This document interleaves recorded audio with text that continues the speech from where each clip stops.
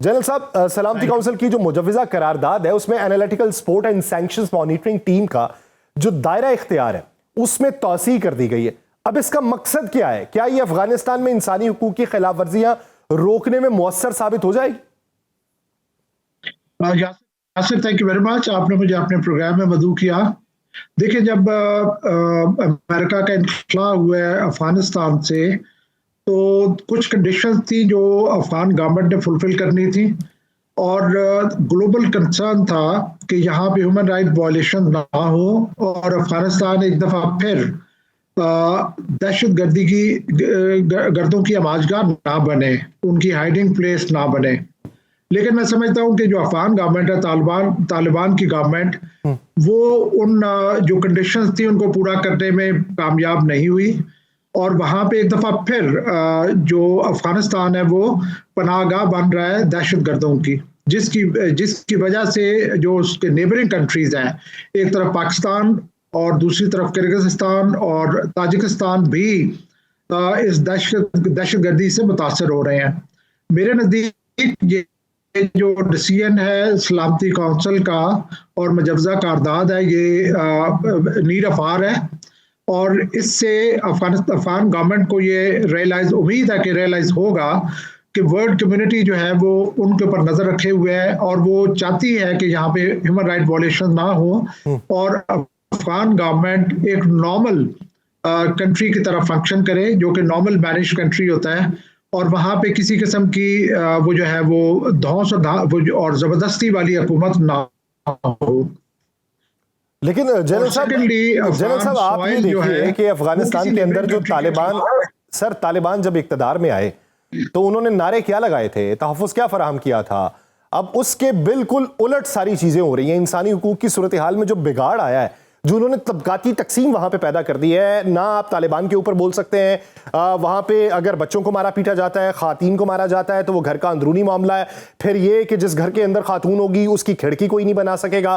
फिर ये कि एक अशराफिया के लिए अलग कानून और गुलाम को बाकायदा तौर पर उन्होंने फिर से रजिस्टर्ड कर दिया है। अब ये इस तरह की चीजें दुनिया को हजम कैसे होंगी?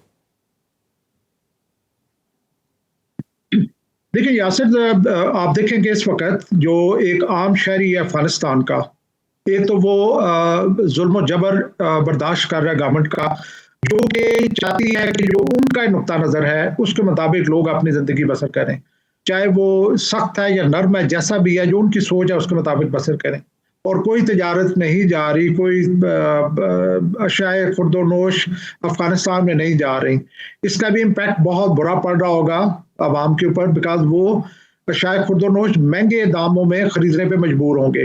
तीसरा जो पहलू है कि अफगानिस्तान वो एक हमारा जो दुश्मन मुल्क है, जिसने पूरे खित्ते में बदअमनी फैलाई हुई है, जो कि इंडिया है, और एक ब्रादर मुल्क जिस 4-5 दहाइयों में, तो उसके खिलाफ जो है वो दहशतगर्दी में नबर्द आजमा है। तो मेरे नज़दीक अफगान जो गवर्नमेंट है उसको अपनी पॉलिसीज को रिव्यू करना चाहिए, उसे ग्लोबल एक्सपेक्टेशंस और रीजनल एक्सपेक्टेशंस के ऊपर पूरा उतरना चाहिए, जो कि उनके लिए बेहतर है। बिकॉज लड़ाई का रास्ता जो है वो तो अफगानिस्तान ने बहुत अरसे से देखा है, और वो कहते हैं कि जी दुनिया, जैसे कहते हैं कि Afghanistan is the graveyard of empires, उस प्रोसेस में अफगानिस्तान खुद एक ग्रेवयार्ड बन गया है। अच्छा जनरल साहब, जो तालिबान का नाम नेहाद आईनी और फौजदार है, आप क्या समझते हैं कि उसके कौन कौन से पहलू बैनुल अक़वामी इंसानी हुकूक के मायारात से सबसे ज्यादा मुतसादिम दिखाई देते हैं? देखिए, सबसे बड़ी बात तो यह कि जो एक इशू था कि एक इंक्लूसिव गवर्नमेंट होगी, तमाम तबकात उसमें शामिल होंगे। दूसरा ये था कि जो वुमेन राइट्स हैं, जो अफगान जो गवर्नमेंट है वो अपनी पॉलिसी के लिहाज से जो खवातीन है उनके बारे में उनका रवैया बहुत सख्त और जारहाना है, और खवातीन की एजुकेशन उसके ऊपर कोई उनका कोई खातर खा उनकी सोच नहीं है, या फिर ये कि जो भी उनके अवाम है उनको ज़बरदस्ती और धौंस के साथ अपनी लाइन के ऊपर चलाना और अपनी सोच के मुताबिक उनको मजबूर करना कि वो उस तरह जिंदगी बसर करें। ये मैं समझता हूँ कि सारी की सारी चीज़ें ह्यूमन राइट वायलेशन पे आती हैं। तो सर, सलामती काउंसिल की ये करारदाद तालिबान के दाखिली हुकूमती उमूर में मुदाखलत की बजाय बैनुल अक़वामी जिम्मेदारी के तौर पे किस तरह पेश की जा सकती है? दाखिली उमूर उनके जो हैं वो अभी सही नहीं हो पा रहे, मुख्तलिफ तबकों के अंदर वो बटे हुए हैं। कंधार कुछ और कह रहा है, काबुल कुछ और कह रहा है, हक्कानी कुछ और कह रहे हैं, उधर जो मुख्तलिफ और धड़े हैं वो कुछ और कह रहे हैं। एक कंट्रोल तो है नहीं, दाखिली मसला हल नहीं होगा तो बैनुल अक़वामी सतह पे जवाबदेही किस तरीके से हो सकती? देखिए, बात यह है कि अफगानिस्तान में ये तो धड़ेबंदी तो बड़े अरसे से रही है। तो अफगान गवर्नमेंट का अफगान सॉइल, अफगानों की फैसिलिटीज इस्तेमाल करते हुए, उनकी मेहमानदारी इंजॉय करते हुए पाकिस्तान के ऊपर जो है वो हमलावर होती है। तो उस लिहाज से जो उनके दाखिली मामलात हैं, वो दाखिली रह ही नहीं सकते जबकि उनकी वजह से, उनके दाखिली मामलात की वजह से जो नेबरिंग कंट्रीज हैं वो सफ़र कर रहे हैं, या फॉर दैट मैटर जो दुनिया जो है वो वहाँ पे टेररिज्म एक्सपोर्ट होना शुरू हो जाए। अमेरिका में ऐसे इश्यूज हुए, ऐसे इंसिडेंट्स हुए अभी रिसेंट पास्ट में, यूके में ऐसे इंसिडेंट्स हुए जहाँ पे के अफगान शहरी जो थे वो इन्वॉल्व थे। तो मैं ये समझता हूँ कि दाखिली अमूर उसी वक्त दाखिली रह सकते हैं अगर उनका अपने अंदरूनी अमूर पे और दाखिली अमूर पे ऊपर टोटल कंट्रोल हो। अगर वो नहीं होगा तो डेफिनेटली वर्ल्ड कम्युनिटी को उसका नोटिस लेना पड़ेगा, जैसे अभी यूएन ने लिया है। अच्छा जनरल साहब, कब तक बर्दाश्त का एक उनसर हो सकता है बैनुल अक़वामी कम्युनिटी के लिए अगर यही सेटअप चलता रहता है? पाकिस्तान में दरअंदाजी की फिर से कोशिश की जाती है, अंदरूनी तौर पे गैर इस्तेहकाम पोजीशन रहती है और फिर बैनुल अक़वामी सतह पे कबूलियत में बेशुमार मुश्किलात जो हैं उनको आड़े आती हैं। कब तक दुनिया बर्दाश्त करेगी और फिर उस बर्दाश्त के बाद का मंजरनामा क्या हो सकता है? देखिए, मतलब हम फ्यूचर की क्या बात करें, ये जो 2 दिन पहले जो इंसिडेंट और बहुत बड़ा एक इंसिडेंट हुआ टेररिज्म का, वो डेफिनेटली वो उसी साइड से, अफगानिस्तान से ही आते हैं। वहीं पे उनकी सेंचुरीज हैं, वहीं पे वो ट्रेनिंग हासिल करते हैं, वहीं से वो वेपन हासिल करते हैं और बॉर्डर क्रॉस करके पाकिस्तान में जाके वो दहशतगर्दी करते हैं। तो वो तो सिलसिला अभी जारी है और हो रहा है। और मैं ये समझता हूँ कि ये the sooner the sanity prevails, उनकी अपनी आवाम के लिए, उनके अपनी बेहतरी के लिए तो बेहतर होगा। लेकिन इसके साथ साथ मैं एक चीज़ और का जिक्र करना चाहूँगा कि जो अफगानिस्तान में जो बाहर से कुव्वतें आई हैं, चाहे वो रशिया था, सोवियत यूनियन था या अमेरिका था, वो अमन लाने में कामयाब नहीं हुए और वो फेल हुए हैं।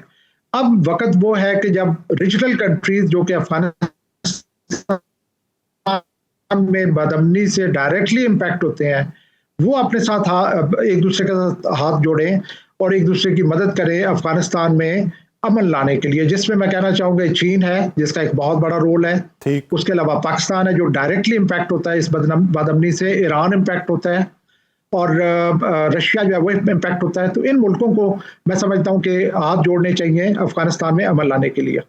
ये तमाम ममालिक खत्ते के इनको किरदार अदा करना चाहिए और यही इनका किरदार अगर है तो वो पाकिस्तान और अफ़गानिस्तान और ईरान और इसके साथ साथ दीगर ममालिक को बेहतरी की तरफ लेके आ सकता है। लेकिन जनरल साहब, आप ये देखिए कि भारत की तरफ उन्होंने रुजू करने की कोशिश की और उनको वस्ती एशियाई ममालिक तक रसाई का जो फरेब था वो भारत की तरफ से दिखाया गया। अब वो तो चाबहार की सूरत में दफन हो चुका और अभी मौजूदा उनके बजट के अंदर तो चाबहार का पैसा भी मौजूद नहीं है। तो फिर अफगानिस्तान जो है वो कसम पुरसी में या फिर अग्रेशन के अंदर आके मजीद क्या कुछ कर सकता है?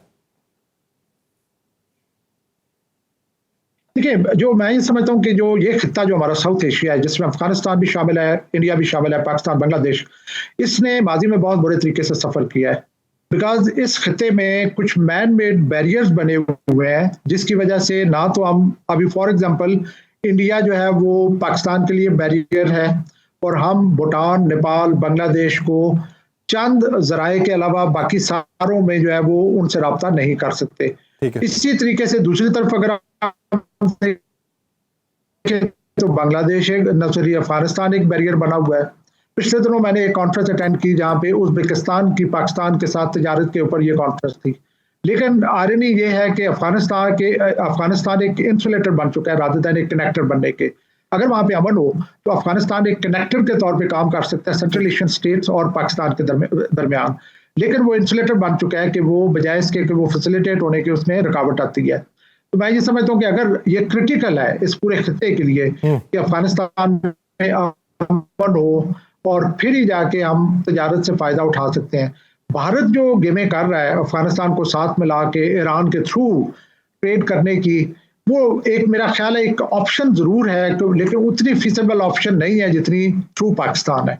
तो पाकिस्तान जो है वो much cheaper, much affordable, much better option है बजाय इसके कि दूसरी ऑप्शन के। लेकिन ऑप्शन डू इस एग्जिस्ट, ज़मन लेकिन के वो इतनी अच्छी अंदर उनकी समझ बूझ के अंदर ये बात तो आनी चाहिए कि माजी के तजुर्बात उन्हें क्या बताते हैं और हाल में वो किस को इम्प्लीमेंट करने की कोशिश कर रहे हैं कि अपने लिए भी मसाइल पैदा कर रहे हैं और खित्ते के दीगर ममालिक के लिए भी। बहुत शुक्रिया मेजर जनरल रिटायर्ड समरेज सालिक साहब इस हवाले से अपना वक्त देने के लिए।